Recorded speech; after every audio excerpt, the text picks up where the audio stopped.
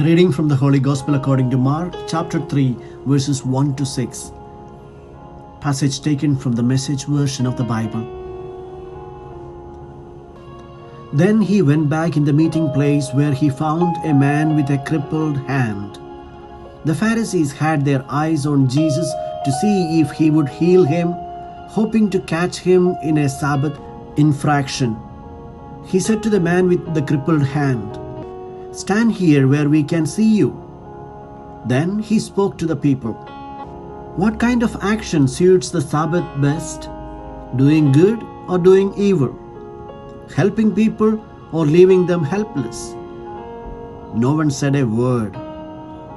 He looked them in the eye, one after another, angry now, furious at their hard-nosed religion. He said to the man, "Hold out your hand." He held it out. It was good as new. The Pharisees got out as fast as they could, sputtering about how they would join forces with Herod's followers to ruin him. The Gospel of the Lord.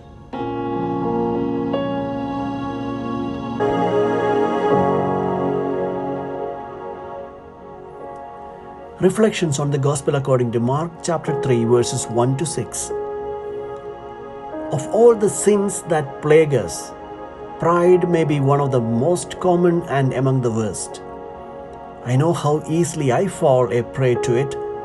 It is so easy, almost reflexive, to lash out against someone who criticizes me without bothering to consider whether the other person actually has a point. It is very hard for me to admit that perhaps I was wrong, or that someone else's idea is better than mine. The Pharisees are getting upset because a miracle takes place and it is on the wrong day. Really? Instead of being in awe and sharing the joy of this man no longer plagued with a withered hand, the leaders of the society are upset for a lame reason. This is done on the Sabbath. The Pharisees' actions were results of sinful pride. They were upper-class citizens of their time. They couldn't stomach the popularity and wisdom of a certain Jesus of humble origins who taught with authority and performed mighty works.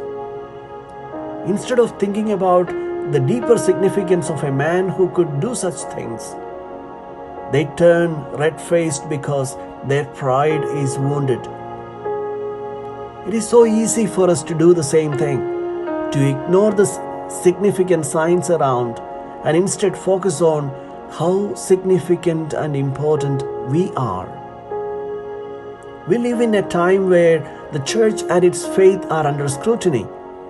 The teachings of the church are often ridiculed and rejected as absurdities. The society is more affiliated to what is politically correct and fails to stand for what is morally correct. The silence of the crowd in the synagogue angered Jesus. They refused to take a stand whether it was right or wrong to save life on the Sabbath. Instead, they joined hands with the Herodians, the political power groups, to destroy Jesus. Today, what happens in the society is no different from what happened to Jesus. The Gospel today invites us to look around, to see what needs are there, and do the right thing like Jesus did. It is the third day of the week of prayer for Christian unity. To form a single body, love one another as I have loved you, is today's motto. Today is also the feast of Saint Sebastian, a Roman martyr of the 3rd century. He is venerated as a protector from plague and as a patron of plague victims. Let us invoke his special intercession for deliverance from this pandemic and healing of all those who are suffering due to COVID-19.